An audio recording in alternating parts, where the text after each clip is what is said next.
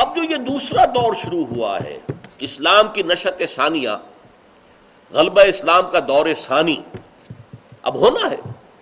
قیامت سے پہلے پہلے جیسے جزیرہ نمائے عرب میں حضور کے دست مبارک سے اسلام کا غلبہ ہوا، اسلامی ریاست قائم ہوئی اور پھر وہ پھیلا، خلافت راشدہ، تین خلفاء جو ہیں ابو بکر، عمر، عثمان رضی اللہ تعالی عنہم اجمعین، ان کے دور میں اس وقت کی جو متمدن دنیا تھی، ابھی امریکہ کا پتہ ہی نہیں تھا، افریقہ کا بھی اکثر حصہ تاریکی میں تھا، کون جانتا تھا کیا ہے وہاں، جنگلات تھے اور وحشی آباد تھے، اور وہ ان میں اور درندوں میں کوئی فرق نہیں تھا۔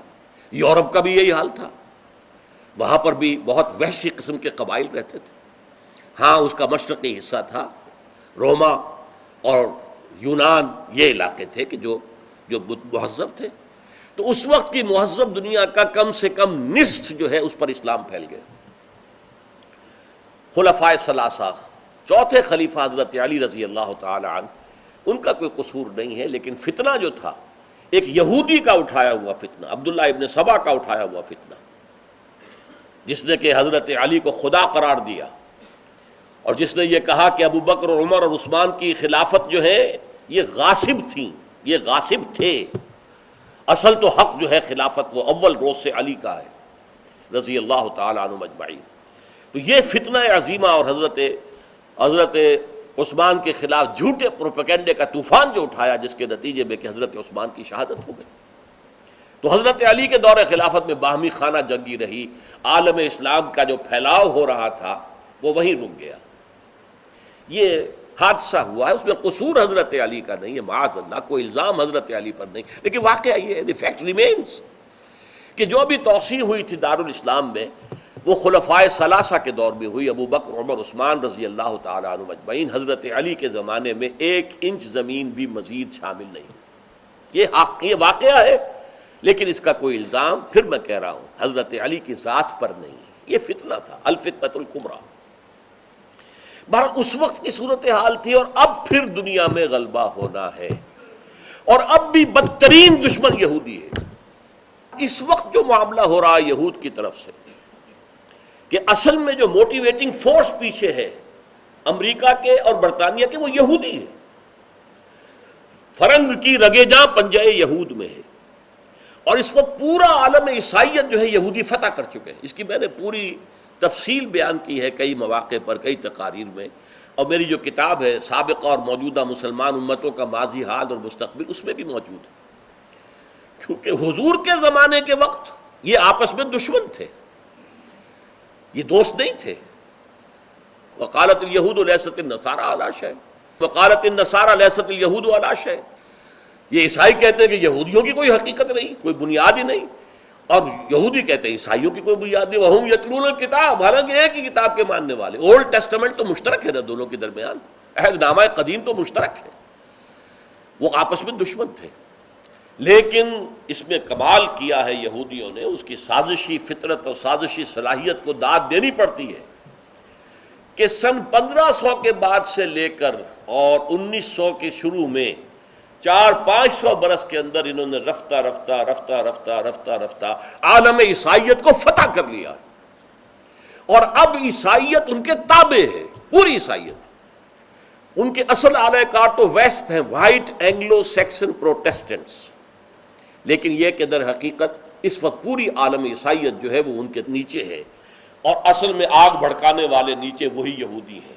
کلما اوقدوا نارا للحرب، جنگ کے لیے جو آگ بھڑکا رہے ہیں نیچے، اور اوپر یہ دیگ کے اندر جو ہے عیسائی، اور اس کے سب سے اوپر جو ہے وہ اسرائیل، ٹاپ کے اوپر، جس کو کہ حضرت جان جو تھے حواریین میں سے حضرت مسیح کے، جن کے ریولیشنز آف سینٹ جان، یہ نیو ٹیسٹمنٹ انجیل کی آخری کتاب ہے، اور اس میں تشبیہ دی گئی ہے کہ آخری زمانے میں ایک بہت بڑا درندہ ہوگا، بہت خونخوار درندہ، اور اس کے اوپر ایک آبرو باختہ عورت سوار ہوگی، ہارلٹ،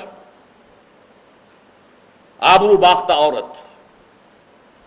آج وہ معاملہ ہے، عیسائی دنیا بہت بڑا درندہ، نیٹو، امریکہ، اور اس کے اوپر اسرائیل سوار، اور بہت بڑی جنگ، تھرڈ ورلڈ وار آرمگیڈون، یہ اب زیادہ دور نہیں ہے، لیکن ایک فرق ہو چکا ہے، وہ نوٹ کیجئے۔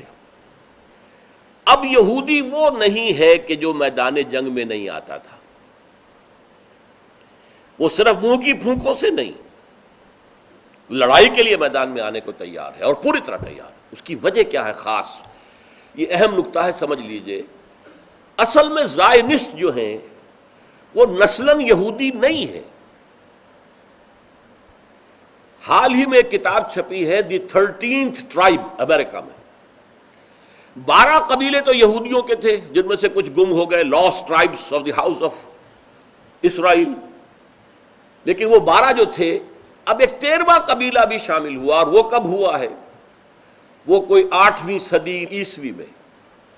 یہ جو بحیرہ کیسپیئن کے ساتھ ساتھ جو روس کا علاقہ ہے، اسی میں چچنیا بھی ہے جہاں مسلمانوں کی اکثریت ہے۔ اس زمانے میں یہاں پر ایک بہت بڑی سلطنت تھی، خازر سلطنت، خزاریہ۔ یہ لوگ یاجوج ماجوج کی قوم میں سے تھے، اس لیے کہ یہیں سے وہ یاجوج ماجوج آتے تھے حضرت ذوالقرنین کے زمانے میں، اور وہیں پر بند بنایا گیا تھا، دربند نام سے ابھی تک وہاں ایک شہر موجود ہے کیسپیئن کے مغربی ساحل پر، وہیں پر وہ بند بنایا گیا تھا، حضرت ذوالقرنین نے جو بنایا تھا، سد ذوالقرنین، جسے لوگ غلطی سے کہتے رہے سد سکندری، ذوالقرنین نے بنایا تھا۔ اور آپ کو معلوم ہے کہ یہ قوم اتنی خونخوار اور زبردست تھی کہ اسلام کا ادھر جو ہے آگے ایڈوانس نہیں ہو سکا۔ اسلام کا ایڈوانس ہوا ہے ایسٹ ورڈ ویسٹ ورڈ، عرب سے نکل کر عراق، عراق سے ایران، ایران سے ماوراء النہر، افغانستان، ادھر گیا، مشرق کی طرف جا رہا ہے، اور عرب سے نکل کر شام، فلسطین اور مصر اور لیبیا، موراکو ہوتے ہوئے اور اٹلانٹک تک۔ شمال میں صرف یہ کوکیشین ماؤنٹینز جو ہیں، ایک تو وہ رکاوٹ بنے، اور نمبر 2 وہاں جو قومیں آباد تھیں یاجوج و ماجوج، وہ بہت وحشی اور بہت ہی یوں سمجھیے کہ خونخوار قسم کے لوگ تھے، لہذا اسلام کی ایڈوانس نارتھ میں نہیں ہو پائی۔ یہ جو خازر قوم تھی، اس نے یہودیت اختیار کر لی ایک موقع پر آ کر۔ ان کا ایک بڑا بادشاہ تھا، اس پر دباؤ پڑ رہا تھا مسلمانوں کی طرف سے کہ اسلام لے آؤ، سلطنت عباسیہ کی کا دباؤ، ادھر سے رومن امپائر ان کے اوپر دباؤ ڈال رہی تھی کہ عیسائی ہو جاؤ، اور وہ نہیں چاہتا تھا مسلمان ہو جاتا تو گویا کہ خلافت عباسیہ کے تابع ہو جاتا، عیسائی ہوتا تو رومن امپرر کے تابع ہو جاتا، وہ تابع نہیں ہونا چاہتا تھا۔ اس نے بہانہ نکالا، اپنے ہاں عیسائیوں کو بھی بلا لیا، یہودیوں کو بھی، علماء کو بلا لیا، مسلمانوں کو بھی بلا لیا، مناظرے کرائے۔ ان مناظروں سے کوئی چیز ثابت نہیں ہوئی۔ پھر اس نے ایک ٹرک کیا، عیسائیوں کو بلایا علیحدہ، تمہارے خیال میں مسلمان اچھے ہیں یا یہودی؟ ان کا یہودی۔ مسلمانوں کو بلایا، تمہارے خیال میں عیسائی اچھے ہیں یا یہودی؟ ان کا یہودی۔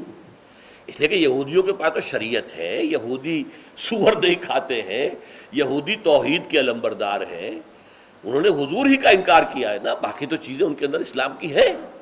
عیسائیوں نے خدا کا بیٹا بنایا ہوا، بدترین شرک کیا ہوا، اور انہوں نے اس میں سے کامن فیکٹر نکال کے یہودیت اختیار کر لی۔ یہ یہودی بنے ہیں، یہ یہودی ہے نہیں۔ اور یہی ہے کہ پورا یورپین جو ہے جیوری، جو یورپین جیوز ہیں وہ ان کی نسل ہے، یہ یاجوج ماجوج کا ایک حصہ ہے۔ اور یہ لوگ جو ہے، اب آج کل آپ نے اگر، ویسے تو عام طور پہ ہمارے یہاں معلومات بہت کم ہیں، یہودیوں کی 2 کلاسیفیکیشنز ہوتی ہیں، ایشکنزیم اور سیفرڈیم۔ سیفرڈین یہودی وہ ہوتا ہے جو گورا تو ہوتا ہے لیکن پیلاہٹ مائل ہوتا ہے، جیسے ہمارے گورے لوگ، ہمارے ہاں جو لوگ گورے ہوتے ہیں اچھی رنگت کے ہوتے ہیں، اور ایک ہے وہ سفیدی کے ساتھ سرخی، سرخ و سفید، جو یورپ کا جو رنگ ہے وہ سرخ و سفید ہے۔ یہ جو یہودی سرخ و سفید رنگت کے ہیں، یہ در حقیقت اشکنزم کہلاتے ہیں، اور یہ ہے جو ساری تحریک چلی ہے یورپ میں یہودیت کی اور زائنزم کی، اور ساری بینکنگ جو ہوئی ہے وہ ان کے ذریعے سے ہوئی۔